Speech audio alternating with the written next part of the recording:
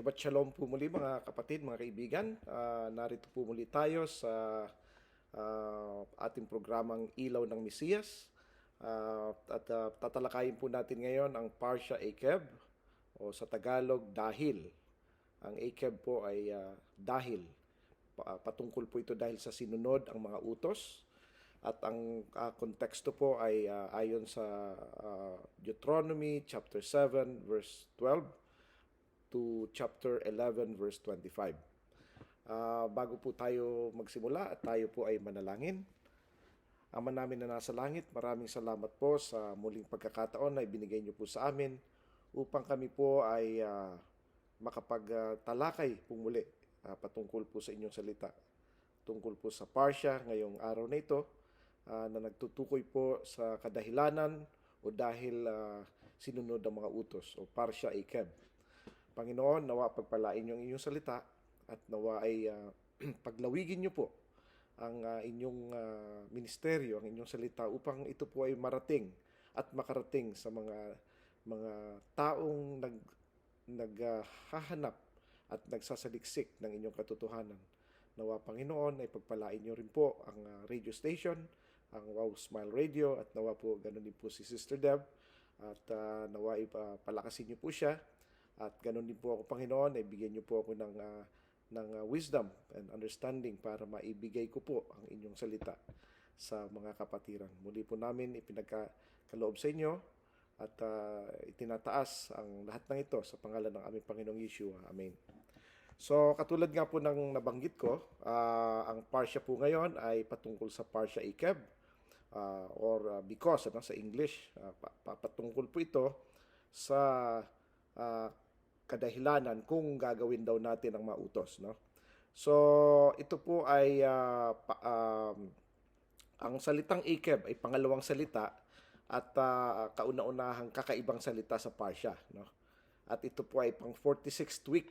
Malapit na po natin matapos yung buong Parsha, no? Tapos pag natapos po 'yan, babalik ulit tayo sa Genesis. Ganun po ang ano, no? Ang Parsha po na ito ay merong 6,865 Hebrew letters at 1,747 Hebrew words at 111 verses na ito po ay umuokupa ng 232 lines sa Torah scroll. Kaya po natin binabanggit ito kasi ang mga kapatiran po nating mga eskribo at mga Hudyo, no, ang ginagawa nila ay binibilang nila ang mga letra na kung saan ay letra ng ano po ito ng Hebrew, no, para makasigurado na yung binabasa nilang Torah ay walang dagdag, walang bawas. Ayon po yan sa kautusan ng Panginoon. So, kasi po pag nadagdagan ng isang letra lang ang salita, ang sentence o ang word, nagiging iba na ang meaning. Or pag binawasan mo, ganun din po, no? Ngayon, makikita natin dito sa Parsha na to na kung saan ay si Moses actually ay malapit na siyang mamatay dito. Mga around 37 days na lang natitira sa buhay niya. Pinagsabihan siya ng Panginoon na ayusin mo na dahil tapos na. Tapos na ang kanyang kontrata. Kailangan na siyang pauwiin. No? Kukunin na siya ng Panginoon. Ngayon, kaya ang ginawa dito ni Moses ay binigyan niya ng sermon, ano, ang mga tao. Ito'y parang Sermon of the Mount din ito kasi nasa bundok siya. Sinisermonan niya yung mga tao at pinaalalahanan niya yung kanilang mga pagkukulang, ano. Lalo yung mga first generation, unang henerasyon ng mga tao na dahil doon sa pagsamba nila sa golden calf, ano, yung gintong baka. Tapos ay ito'y pagre-rebelde, no? Maging yung pagre-rebelde ni Korah's rebellion. Tapos yung 10 spies na 10 espiya na kung saan ay naghasik ng pangamba sa mga tao upang hindi sila maniwala na kahit may kakayanan ang Israel o ang Panginoon ng Israel na ibigay sa kanila ang lupang pangako. So ito'y pinapaalalahanan, ano, na nagalit ang Panginoon kaya lahat ng lahat ng mga tao na 20 years old and above, yung nasama doon sa unang census, ay hindi makakapasok sa Promised Land, kundi maliban lang kay Joshua sa kay Caleb, kasi sila lang yung naniwala talaga sa Panginoon, ganun din, nung nagkasala na naman ang mga Israelita sa Tavira, sa Masa, at Kitabhataaba. Ito yung graves of lust, dahil inakusahan ni Moses ang mga tao na nagrebelde sa Panginoon, at ito yung time na kung saan nagalit ang Panginoon sa kanila. Pero ganun pa man, pinapalahanan ni Moses ang kabutihan ng Panginoon, na kung saan pinatawad pa rin sila sa kanilang mga kasalanan, hindi kagad sila pinatay, bagamat hindi na nga sila nakapasok sa lupang pangako, pero at least yung mga anak nila ang nakapasok, At sila ay binigyan pa ng buhay, hindi sa kagad sila pinatay, hindi katulad ni Korah na talagang namuro na talaga siya sa kayong mga kasama niya. So kinain sila ng lupa, at marami pang mga namatay, yung ganun din yung nakipagtalik sa mga Midianite women, ng mga kababaihan ng Midianite, kasi magaganda ito eh. Tapos sumamba sila sa Baal Peor. So nagalit ang Panginoon sa kanila. 24,000 ang napatay sa kanila. Nagkaroon ng malaking pandemic, tapos lahat ng mga leaders nila ay pinatay din, pinahang ni Moses sa harap ng mga tao, kasi hindi nila, dahil dinala nila ang mga tao nila sa kasamaan, Tapos ganun pa man, pinatawad pa rin sila ulit. Kaya nagbigay ang Panginoon yung Ten Commandments na sinulat sa bato, na ibinigay ulit. So sinulat ulit ng Panginoon sa bato. So doon makikita na pinatawad nga sila, Tapos si Moses dito ay ni-recall niya, ang lahat ng mga nangyari sa disyerto sa loob ng 40 years, At pinalalahanan niya mga tao na ang Panginoon ang nagbigay sa kanila ng pang-araw-araw na pagkain. Kaya ayon nga sa panalangin ng Panginoong Yeshua, na tinuro sa atin, and give us this day our daily bread.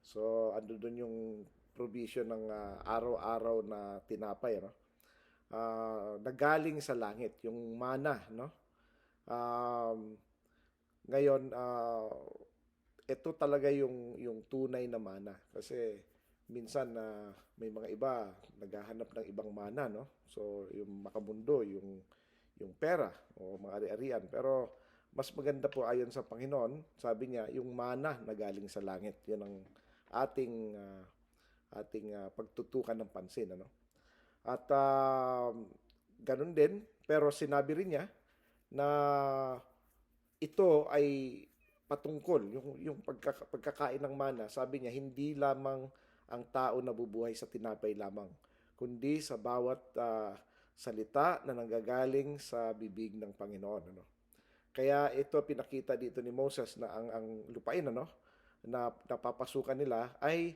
dumadaloy daw ng gatas at ng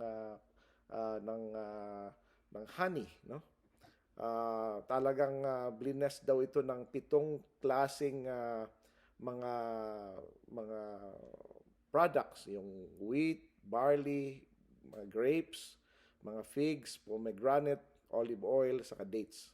Ito yung mga talagang, kumbaga, mga top products sa Middle East, doon sa area na 'yon, tapos yung yung lugar na yan ay yan ang sentro ng pagbibigay ng Panginoon sa mundo, ng providence ng Panginoon.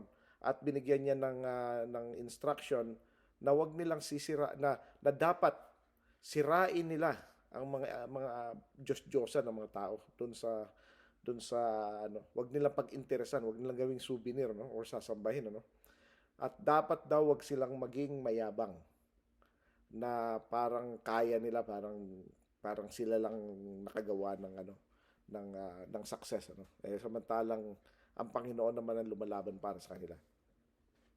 Ngayon ang mga mensahe, dito sa parsya na to ay patungkol, isa sa mga mensahe patungkol sa ano na to parsya ay yung tungkol sa Shema, o kung saan ang Shema, ibig sabihin po nito sa Hebreo ay makinig, o makinig na nag-iisip, ganon, or wise, or listen intently with wisdom, parang ganon yan eh. Tapos inulit niya rito yung mga pangunahing mga utos, no? Mga commandments. Tapos inano rin niya, sinabi rin niya yung uh, fulfillment, ano, ng mga commandments, at ito ay naging part ng prayer ng mga Israelitas, ano, ng mga Hudyo. Uh, Maging patungkol ito sa resurrection of the dead, ano, sa Messianic age. Kaya kasi sa Millennial Kingdom po, yun po ang sinasabi sa Biblia na ang mga mananampalataya ay babangon na muli, no? So, yan po ang intro, no? Pag-usapan natin ang mga puntos, ano, dito sa topic na ito. Makikita natin.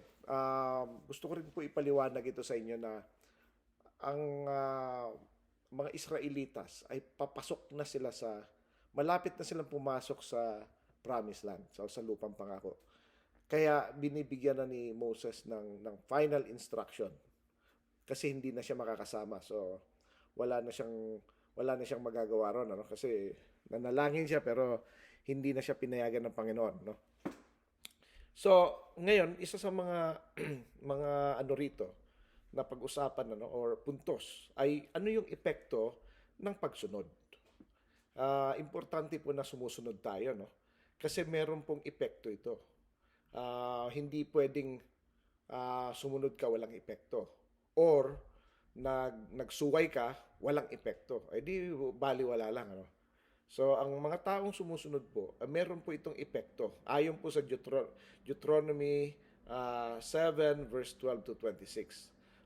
Sabi dito, darating ang panahon na kung saan kapag kayo ay nakinig sa mga judgment, ano, at yung judgment ng Panginoon, ibig sabihin yung pinagdesisyonan niya, no, at tinago natin to at ginawa natin, ano, na ang Panginoon din ay ikikip din niya yung covenant niya at ang kanyang mercy na ipinangako niya sa mga amain, kila Abraham, Isaac, and Jacob, ano. Ang sabi niya doon na ang mga sumusunod daw sa kanya ay mamahalin niya at ibibless niya at imumultiply niya. Yun ang sabi niya. Ayon din nga yan sa Panginoong Yeshua, no, sa John chapter 14, ano, verse 21, I think. Sabi niya doon, sabi ng Panginoon, basahin natin, no? Tingnan natin kung sa Bible, para kung meron po kayong Biblia diyan, pwede niyo po akong sabayan. Sa John 14 21, ano? Sabi dito, babasahin ko po sa Tagalog, ano? Ang mayroon ng aking mga utos at tinutupad ang mga yaon ay siyang umiibig sa akin. At ang umiibig sa akin ay iibigin ng aking Ama. At siya'y iibigin ko. At ako'y magpapahayag sa kanya. So makikita po natin dito na ang New Testament po sa yung Torah ay pareho ang sinasabi. Sabi dito sa verse 13 ng Deuteronomy chapter 7, ang nagmamahal daw sa Panginoon ay ibibless niya at imumultiply niya. So, tapos ang pangalawa, sabi niya, ibibless din daw niya ang mga anak natin, ano, at ang mga prutas ng ating lupain, at ang mga pananim, at ang ating mga wine saka mga oil, sa verse 13b, no. Tapos sabi niya, pararamihin daw ang mga baka, mga cattle, pati yung mga anak-anak ng mga kambing, mga sheep, gano'n, no. Hindi po baboy, kasi hindi po kinakain, no. Alam po natin yan sa Leviticus 11 sa Deuteronomy 14. Ano? Ang pinag-uusapan po dito yung mga pagkain ng mga Hudyo. Kaya flock, hindi po ano yung mga pork, no, o mga pigs, no. Hindi po kasama yan although gawa rin po ng Panginoon yan, pero iba po ang function nila, tagalinis ng environment. Ano po? Ayon po yan sa verse 13c. Tapos sabi dito, ang mga sumusunod daw sa kanya ay pagpapalain niya sa lahat ng mga tao. At wala daw lalaki o babae na magiging baog. At maging ang mga livestock, mga alagang hayop, wala rin baog. So lahat magkakaroon ng anak, no? At number 5, ang Panginoon daw ay aalisin niya lahat ng mga sakit, no? At mga kung ano man ang mga pandemic or ano man, ano, na mga sakit-sakit na katulad ng natanggap ng ibang bansa, lalo ng Egypt, ano, na alam ng mga tao sa verse 15, ano. Tapos pero ibibigay daw niya yung mga sakit na yon sa mga taong galit sa mga Israelitas, ano, or galit sa atin, ano? Yung mga namumuhi sa atin o namumuhi sa mga anak ng Panginoon. So ibibigay niya yung mga sakit na yun, ano? At sabi niya ay sisirain niya itong mga taong ito at sila ay i-deliver sa atin, ano, o sa mga Israelitas. Kasama rin tayo ron, ano? At hindi daw tayo dapat maawa sa kanila. At wag daw tayo magsisilbi sa kanilang mga Diyos-Diyosan. Kasi yan ang magiging problema sa atin, ano? Sa verse 16, ano? Tapos sabi niya, kapag ang yung pagdududa o kawalang tiwala ay pumasok sa atin, ano? At hindi tayo nakapasok, yun ang ano, no? In case lang na merong pagdududa, parang hindi tayo, parang talaga ba talaga ito? Lalo niyang ipinaigting ang kanyang pangako. Sabi niya, huwag kayong matakot sa kanila. Kasi normal sa tao matakot. Pero ang Panginoon, ini-encourage niya mga tao. Huwag kayong matatakot sa kanila. Basta tatandaan ninyo, sabi niya, na ang Panginoon, kung anong ginawa niya kay Pharaoh at sa buong Ehipto. Sa verse 18 niya, no? Tapos sabi niya, nakita niyo yung mga pagsubok, no? Nakita niyo yung mga pagsubok, mga senyales at mga nangyari, ano? Na sa talagang malakas na kamay, no? At talagang yung kamay ng Panginoon, outstretched arm, ano? Ay iniligtas niya ang mga tao. So, sabi niya, ganun din ang gagawin ng Panginoon. Ano? Kaya wag daw tayong matatakot. So, verse 19. Ito po ay pagsumusunod tayo sa utos ng Panginoon. Ngunit, sabi niya, kapag ang Panginoon ay nagpadala ng mga hornets, no? Dahil sa mga natitira, baka magtago sila at sila'y sisirain din. Talagang hindi sila makakawala ayon sa verse 20. Ano? Tapos, sinabi niya na huwag kayong mga mamangha, huwag kayong manginig sa takot, sabi niya. Dahil ang Panginoon natin ay He's great and awesome God. Nasa atin. Kaya nga sabi ng ayon sa atin, kung nasa atin ng Panginoon, sino ba ang lalaban sa atin? If the Lord is with us, who can be against us? Kaya hindi tayo dapat natatakot, ano? Tapos ang Panginoon daw ay palalayasin niya lahat ng mga tao, mga nasyon, unti-unti. Kasi hindi pwedeng sirain sila all at once kasi hindi naman mauukupa lahat ng tao na sabay-sabay. So ang mangyayari lang yan, mga wild animals ang titira sa mga cities, which is wrong. So, hindi magiging maganda, walang magme-maintain, ano? Pero sabi niya, pero ang Panginoon pinangako niya na i-deliver niya itong mga taon to, no, sa mga Israelitas at i-inflict niya, talagang tatalunin niya hanggang sila ay completely na mawala na ayon sa verse 23. Tapos yung mga hari daw nila, no, ay i-deliver sa mga Israelitas At sisirain dapat ang pangalan at ang mga pangalan nila ng mga hari ng mga siga, no, sa Kanaan, ano, sa ilalim ng kalangitan, para walang kahit sino man ang makakatalo, ano, at madidestroy nila. Naalala po natin si King Sihon, ano, nung nakaraang parsya, higanti po si King Sihon, ano. Pero at siya'y kilalang kilala, pero sino nang nakakakilala kay King Sihon kung hindi natin nabasa ang Biblia, no? So wala na, binura na ang kanilang mga pangalan, no? At sabi niya, ah, pinapaalalahanan din, ano, ni Moses, ano, sa verse 25 to 26, na itong mga bagay na to, wag gagawin. Wag daw magbibigay ng alay sa mga Diyos-Diyosan, ano. Wag daw gagawin 'yan.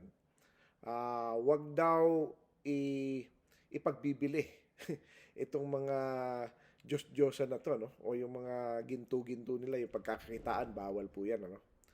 At wag nyo daw kukunin. Nakita mo, baka sayang naman. Hindi, dapat sirain po 'yan, ano. At talagang iwasan daw po natin ang anumang bagay na ikinamumuhian ng Panginoon. Kasama na po dyan mga Diyos-Diyosan, kasama po dyan yung mga masasamang gawa, no? At wag daw tayo magdadala ng anumang bagay na ikamumuhi ng Panginoon sa kanyang bahay, sa templo at maging sa mga sinagoga o mga congregation, no? At dahil pag ginawa daw natin ito ay iyan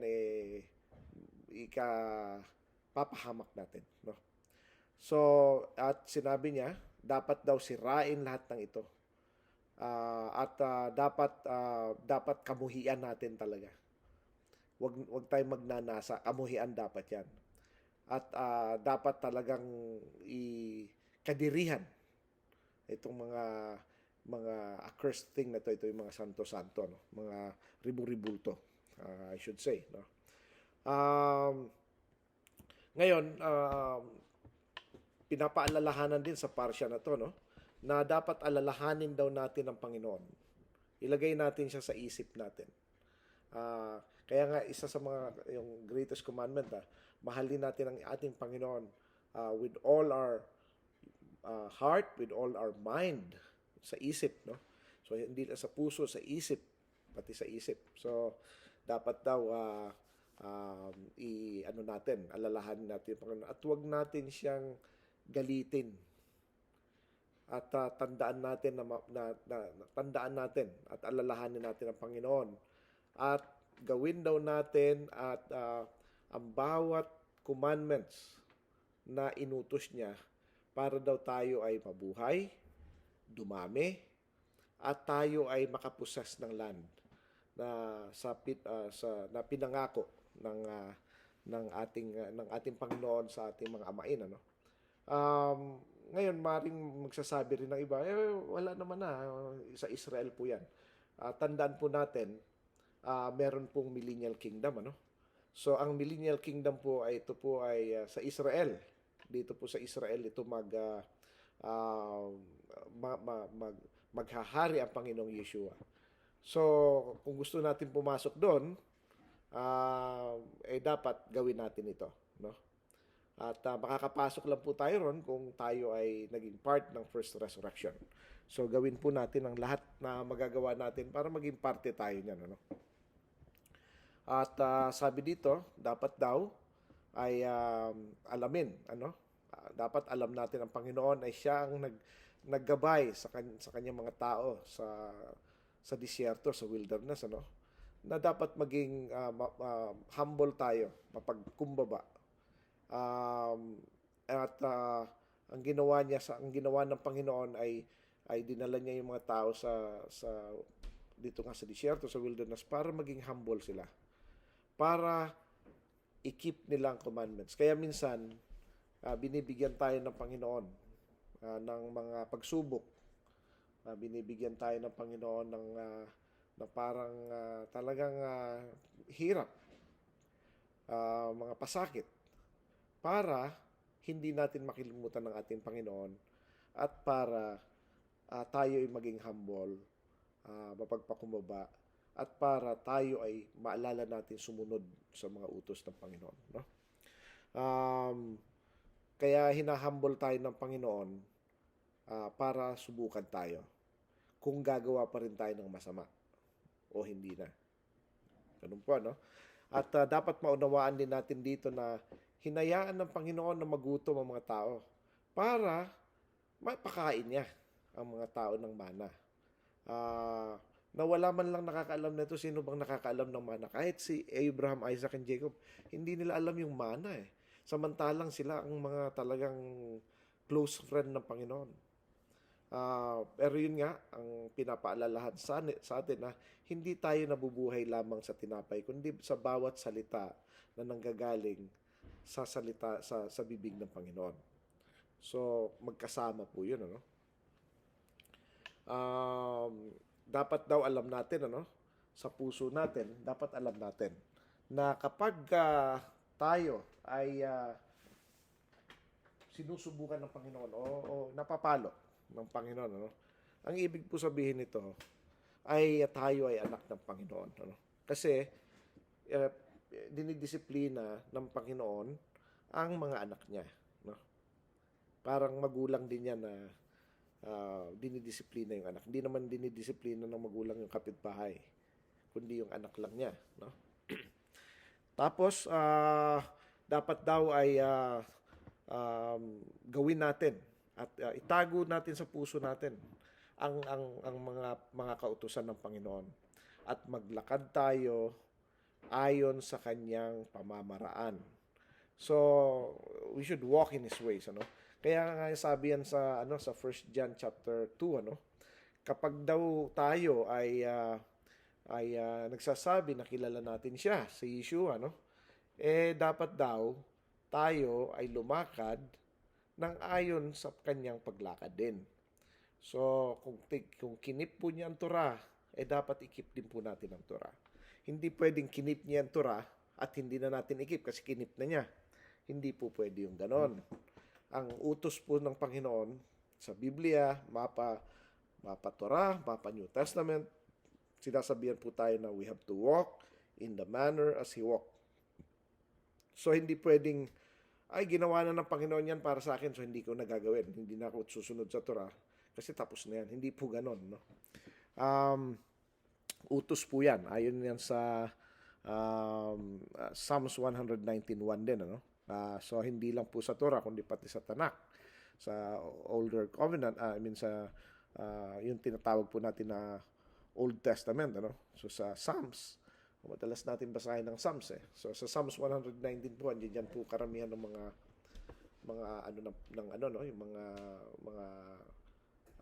mga parang, although mga parang mga songs ito, pero ito po yung mga turo na patungkol sa commandments, lalo ang Psalms 119, no?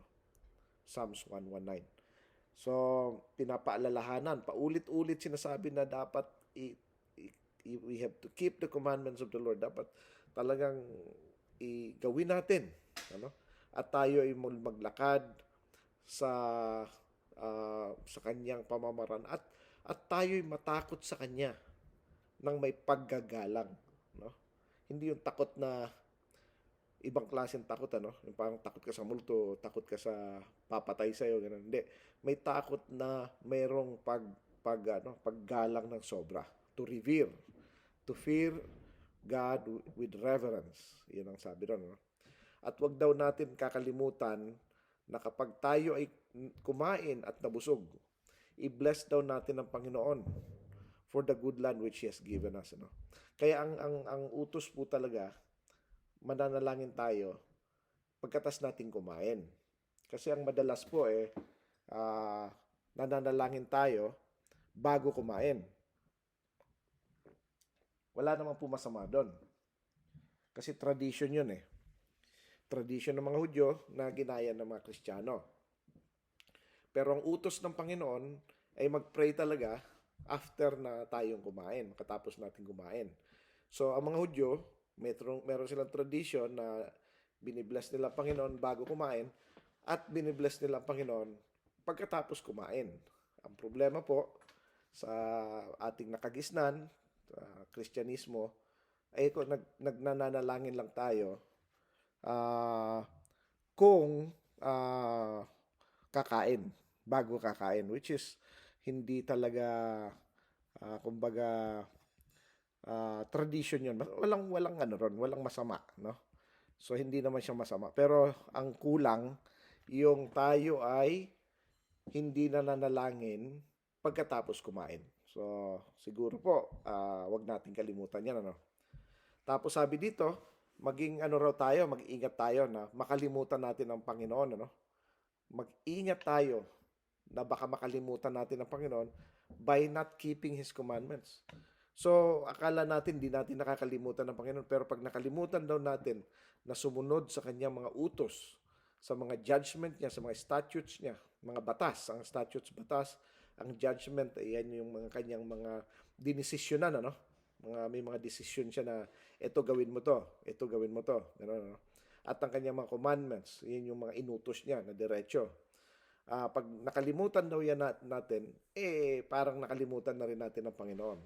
Kaya magkadugtong sila. Pag hindi mo ginawa yon, ay problema. Kaya sabi dito,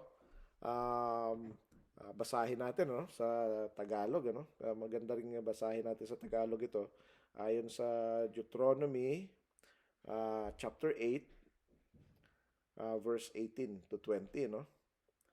Sabi po rito, kung iyong alalahanin ang Panginoon mo, sapagkat siya ay nagbigay sa iyo ng kapangyarihan upang magkaroon ka ng kayamanan, upang kanyang papagtibayin ang kanyang tipan na kanyang isinumpa sa iyong mga magulang, gaya nga sa araw na ito.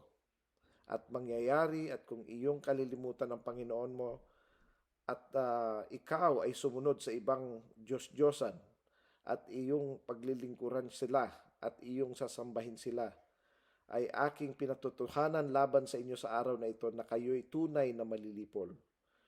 Kung papaano ang mga bansang nililipol ng Panginoon sa harap ninyo, ay gayon kayo malilipol, sapagkat hindi nyo dinidinig ang tinig ng Panginoon yung may kapal. So, talagang paulit-ulit. Kumbaga halos makulit na si Moses dito, sa kulit.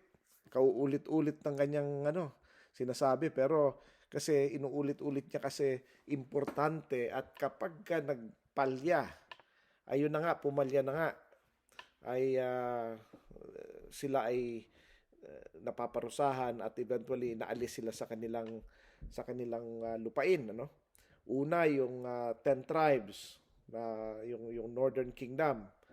Tapos natira na lang yung Southern Kingdom.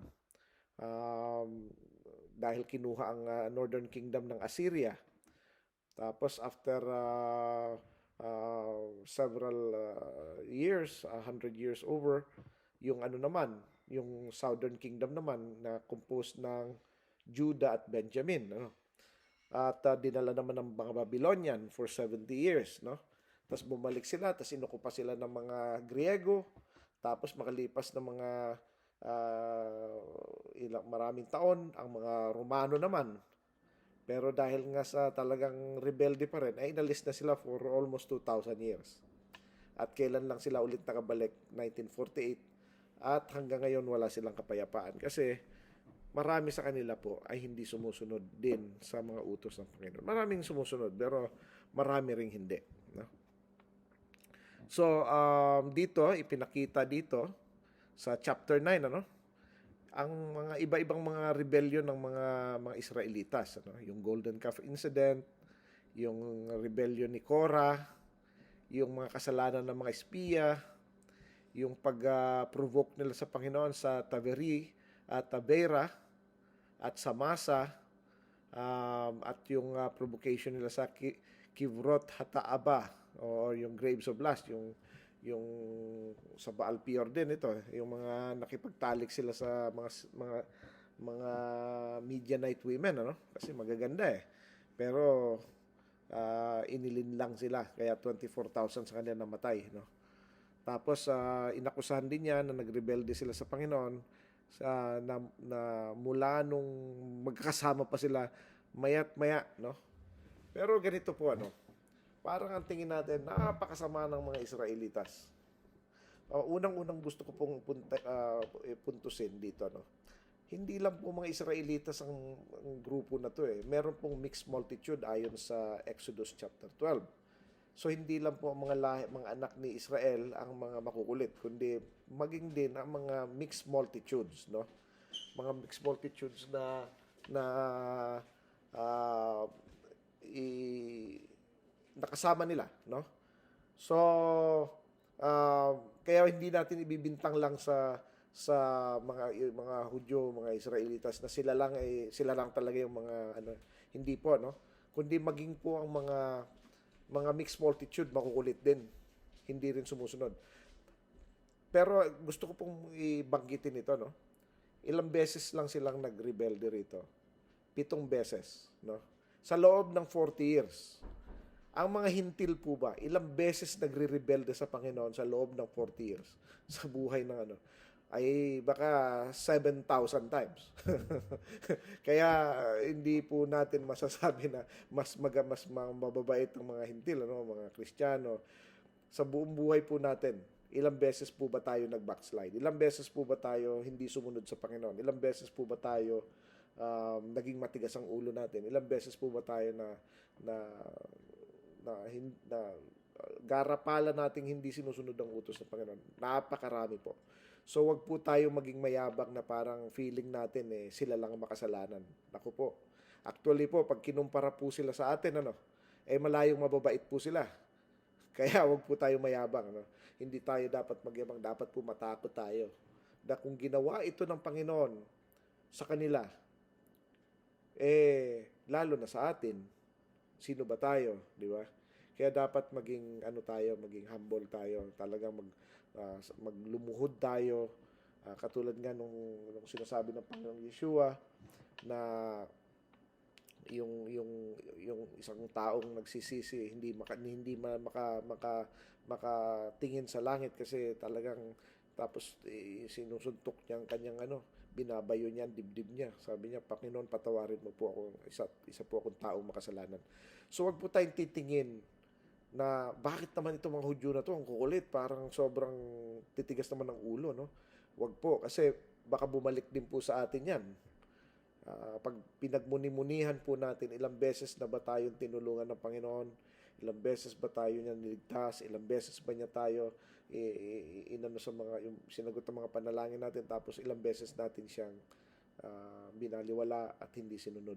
Maraming beses po. So malayo pong mababait ang mga Israelitas, and yet inano po sila, pinarusahan. So tayo rin po dapat maging maingat, ano.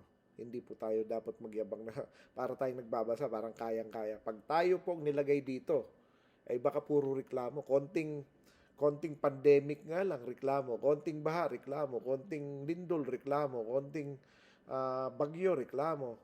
Konting problema lang, delayed na sweldo, whatever. Hindi nabigyan ng ayuda, reklamo. Mas malala pa po ang mga hintil sa mga Hudyo. Ano po? Kasi sila, ilang beses lang sila nagkasala. Hindi naman sila araw-araw nagkakasala. So, yun lang po gusto kong banggitin. Wag po tayo maging mayabang, ano? Na para bang ang tingin natin sa mga Hudyo, parang napakaubod ng makasalanan at tingin natin sa ating sarili. Kala natin para tayong ang gagaling natin. Parang sasabihin natin, kung tayo ang ano nun, hindi sana nangyari yan. Naku po, hindi po ganun, ano? Wag po natin gagawin yan. Ngayon, dito sa parsya rin na to, sinabi ng Panginoon na sinabi ng Panginoon kay Moses na dapat gumawa ulit siya nung 2 tablets of stone. So nire-recall lang ni Moses ito, no? At kapareho daw nung ginawa, no? Nung ginawa niya dati kasi binasag niya. So tas inutusan din siya rito na ni-recall din ni Moses na pinagawa siya ng ark of wood, ano? Tapos nilagay din doon yung mga ginto tsaka gold coatings, ano? Tapos nilagay doon yung 2 tablets sa loob, no? Tapos sinulat ng Panginoon yung yung 10 commandments niya na sinulat din niya dati, no? So makikita po natin dito, no? ano po ang anong maidudulot, no? Anong kahalagahan ng Torah, no? Bakit ba natin kailangan ito? Ano ba ang ano ba ang hinihingi ng Panginoon sa atin, ano? O ano ba ang nire-require niya sa atin? Deuteronomy chapter 10 verse 12 to 14. Ano po ba mga ito? Una, sabi ng Panginoon, dapat tayo ay matakot sa Panginoon nang may paggagalang. Fear with reverence. Yun ang sinasabi ron. Nire-require ng Panginoon yan. Huwag yung parang feeling best friend, feeling barkada ang Panginoon. Lord, pahingi naman ng ganito. Lord, gano'n, no? Parang ano lang eh. Makatawag, parang may patago, ano? Dapat daw, i-revere natin ang Panginoon. Wag yung parang barkada, parang ano lang, parang spoiled na bata sa tatay. Hindi naman gano'n, ano? Wag po ganon. I-fear daw natin with reverence sa Panginoon. No?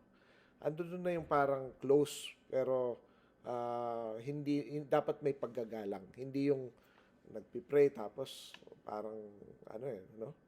Hindi parang hindi focus or whatever, ano. So, ito yung mga hinihingi sa atin ng Panginoon na i-fear natin siya, makatakot daw tayo sa Kanya na may paggagalang, lumakad daw tayo sa lahat ng kanyang pamamaraan. To walk in all His ways. Utos po ito sa Deuteronomy 10:12 to 14. Na inutos din po ito ng Panginoon, ano? Sa ano sabi nga ng Panginoon be perfect. Dapat daw maging perfecto tayo katulad ng Ama natin sa langit ay perfecto rin. Sabi ng iba, wala namang perpekto. Di parang nagsisinungaling ang Panginoon, ano? Pero po ang perfection po kasi, hindi po ito base sa tingin ng tao. Kundi ito po ay nakabase sa standard ng Panginoon. At ang standard ng Panginoon ay iba. Ang standard po niya ay ang Torah. Ang standard ng tao ay base sa kung anong gusto niya. Magkaiba po yun ang Panginoon hindi niya binabase ang perfection sa gusto niya kundi sa kung ano sa batas niya na ginusto rin niya. Siya ang nagbigay noon no? Tapos daw dapat daw mahalin natin siya. Ayon niya sa Deuteronomy 10:12 to 14, mahalin natin siya. So, paano natin siya mamahalin? I love you, Lord. Kakanta tayo ng I love you, Lord. Okay din 'yon. Wala namang masama ron, ano. Pero ayon po sa tingnan po natin sa ano natin sa Biblia, no? Kasi dapat ang Biblia siya mismo nag-i-interpret ng Biblia rin, no? Tingnan po natin sa 1 John chapter 5 verse 3. Sabi niya, sapagkat ito ang pag-ibig sa Panginoon, na ating tuparin ang kanyang mga utos at ang kanyang mga utos ay hindi mabibigat. Yun daw ang pagmamahal sa Panginoon. Kapag daw tinupad natin ang kanyang mga utos o ang kanyang Torah, doon natin may papakita ang pagmamahal natin sa Panginoon. Hindi yung pagkanta ng I love you, Lord. Okay din yon. Pero hindi po doon nagtatapos. Ang sinasabi niya, dapat daw, susundin natin yung mga utos niya. Sinabi rin ng Panginoong Yeshua yan. Sabi niya sa John 14:15. Sabi niya, tingnan po natin John 14:15. Sabi niya rito, kung ako'y inyong iniibig, ay tutuparin ninyo ang aking mga utos. Ang utos po ng Panginoong Yeshua ay ang Torah. Siya rin po ang giver niyan Siya po ang nagbigay kay Moses niyan. Kasi ang Panginoong Yeshua, hindi po siya pinanganak lang nung 2,000 years ago. Ang Panginoong Yeshua po ay nag-i-exist bago pa nagsimula ang mundo. Kaya kay panahon ni Moses, ang Panginoong Yeshua yon ang ando doon. Kasi hindi naman pwedeng, sabi nga kung sino makakita sa Ama, sabi ng wala pang nakakita sa Ama. Bakit nakita ni Moses? Di ba? Sino nakita ni Moses? Ang nakita ni Moses, si Yeshua. Kaya nga sa Transfiguration, kasama ni Yeshua si Moses saka si Elijah. Ano po? So makikita po natin dito na sinasabi ng Panginoon, kung mahal mo ako, ay tutuparin mo ang aking mga utos. Kasama po ang Torah rito. Actually, Torah po ang nire-refer niya rito. Kasi nung sinabi ng Panginoong Yeshua to, wala pa namang New Testament. Wala pang naisusulat na New Testament. No? Wala pa. Oo. So, ang sinasabi niya, anong utos dito? Di ba? Eh, di yung Torah. Kasi yun naman ang gamit ng mga Hudyo na kausap niya eh. Wala naman alam ang mga Hudyo na New Testament. Di ba? So, yun pong gagawin natin. Ano? Tapos, sinabi rin ito sa greatest commandment. Love the Lord your God. No? With all your heart, with all your soul, with all your might. No? Tapos sabi sa dito rin, ano bang ano yung nire-require ng Panginoon sa atin? Na paglingkuran daw natin ang Panginoon ng buong puso at buong kaluluwa. Ibig sabihin talagang dedicated tayo. Yung buong puso, ibig sabihin mahal na mahal natin ang Panginoon. Talagang, kaya gusto natin maglingkod kahit parang di tayo napapagod. Kasi yung parang mahal na mahal natin siya. Ganun. So, at ang kaluluwa natin, ganun, parang talagang focus na focus sa Kanya. Tapos, dapat daw ay tuparin natin ang Kanyang mga commandments. Ano? At tuparin natin ang Kanyang mga utos, mga batas niya na sinasabi niya. No? Para sa ating kabutihan din. No? Lahat yan nasa Deuteronomy chapter 10, verse 12 to 14. No? Tapos, alalahanin daw natin na ang langit at ang taas-taasan langit ay ito ay para sa Panginoon. Saka maging ang mundo, ang earth, at lahat ng nasa mundo ay sa Panginoon yan.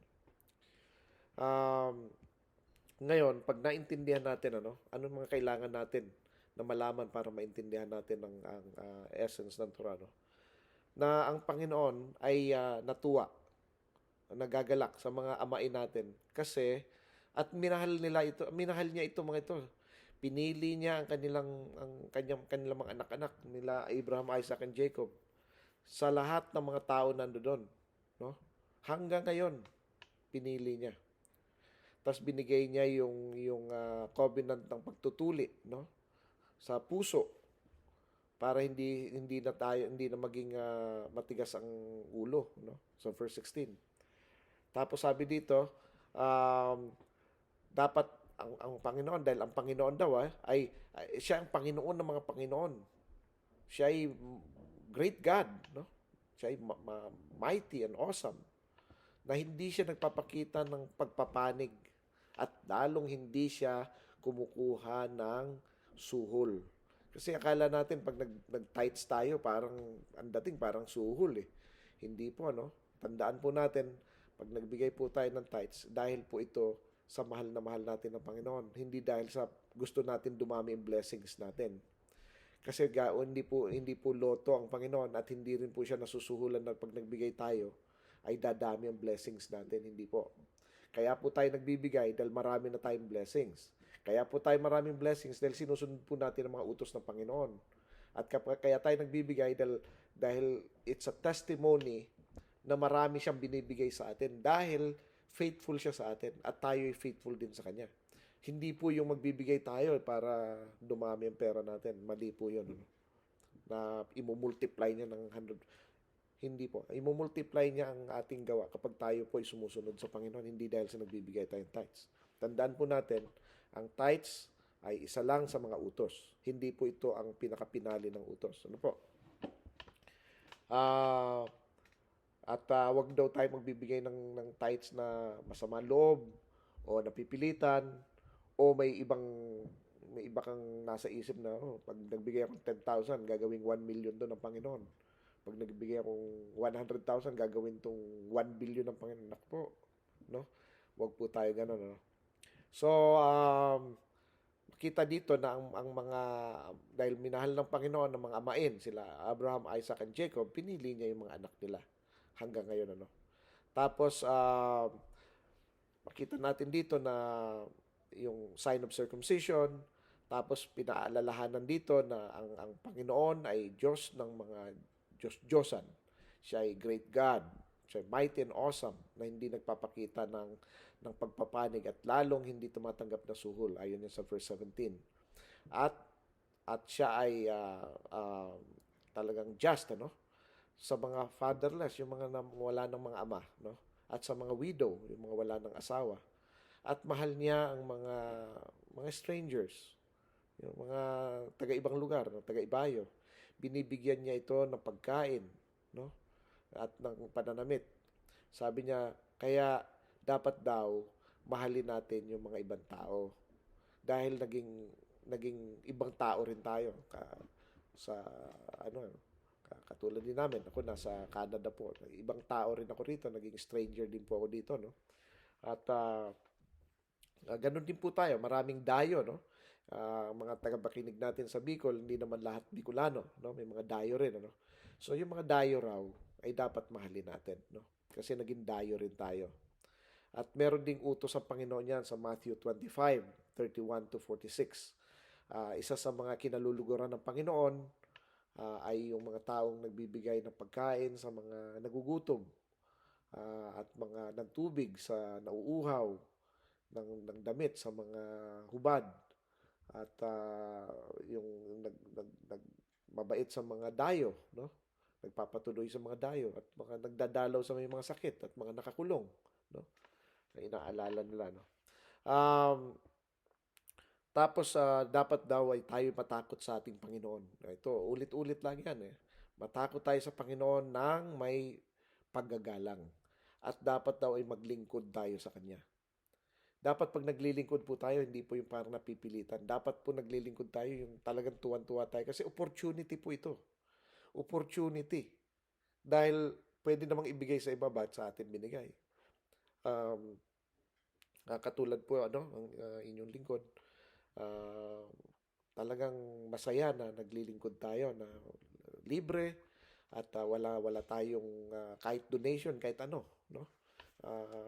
Dahil gusto po naming maglingkod sa Panginoon na maipahayag din namin sa inyo, sa mga tagapakinig natin, sa mga kababayan, mga kapatiran, kung ano yung binibigay ng Panginoon sa atin, no? Kaya kami ni Sister Deb, kasama ng mga iba pang mga kapatiran, sila si Cherry at mga iba pa, ay talagang masaya kami na naglilingkod sa Panginoon. At kahit pagod na, kahit may sakit, kahit ano, fight pa rin. Kasi opportunity ito eh. Opportunity, hindi ito laging meron.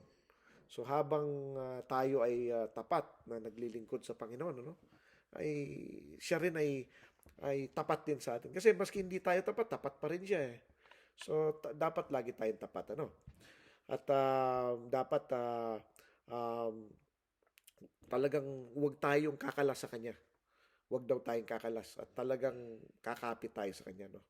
Um, Tapos dapat daw ay lagi natin purihin ang Panginoon, ano? Dahil sa mga binigay niya, sa mga lahat ng bagay na nakikita natin kung ano yung meron tayo, no? Nabanggit nga rito na 70 lang ang pumunta sa Ehipto, ang lumabas milyon eh. Milyon eh. So, kasi bakit milyon? Kasi yung mga lalaki lang binilang 600,000 yung mga asawa, mga anak. O di, pag yung mga asawa, 1.2 million na kagad. Tapos sabihin natin may dalawang anak. Pero actually, marami mga anak ang mga ano mga Hudyo eh. So, at least mga 4 million, ano. So, ito po, ano, uh, dapat, malaman natin na may pagpapala, merong reward, may premyo sa mga sumusunod, no? Sabi niya pag ginawa daw natin ito, maraming mga kaakit-akit na mga premyo, katulad nga ng ano, no? Katulad ng ating kababayan na si Hedilyn Diaz, ano? So nanalo siya ng gold medal, first place, ano? First time in history. So marami-rami na rin siya nakuhang premyo. Ang huling balita ko may 50 million. At purihin ng Panginoon sa ganun, ano? Pero hindi po naging madali ang kanyang paglalakad, no? Ang kanyang hindi naman niya nakuha ng isahan lang yan. Ilang beses din siya nag-join, ilang beses din iyakan ng pag-training niya. Dekada, no? So, ganun din po tayo, no? Araw-araw nagtitraining yan. Sinusunod niya yung coach niya araw-araw. Pumupunta pa siya sa ibang bansa para mag-training, no? Ganun din po tayo dapat. sundin natin ang Panginoon. Talagang huwag tayong bibitaw dun sa commandments niya para pagpalain tayo. So ang mga pagpapala daw ay magiging malakas tayo at makukuha natin yung promised land. Ayon sa verse 8 yan, ng Deuteronomy 11 verse 8. Tapos sabi rin dito na hahaba daw ang buhay natin. Para anin mo naman yung kayamanan mo kung maiksi buhay mo, di ba? So maganda na mahaba din ang buhay natin. Tapos yung ibibigay daw na lupa ay ito ay talagang talagang bumabaha ng gatas at ng pulot o honey, no?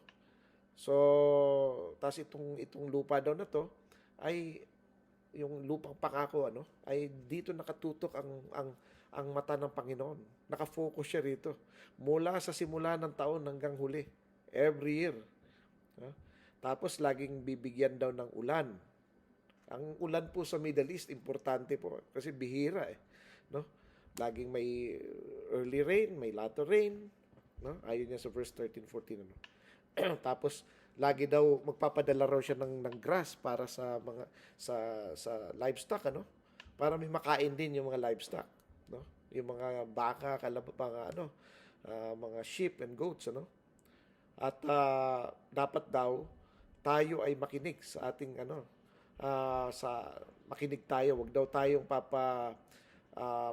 magpapaloko sa sarili nating puso, wag daw tayong pupunta sa kaliwa o sa kanan. At wag tayong magsisilbi sa ibang Diyos-Diyosan. At i-avoid natin ang mga parusa, Dahil pag hindi na natin ginagawa ang Torah, mapaparusahan tayo. So, kaya ito po ini-encourage po tayo ni Moses dito na dapat maging careful tayo na sundin lahat ng kanyang mga utos, na utos na binigay ng Panginoon. Na wag nating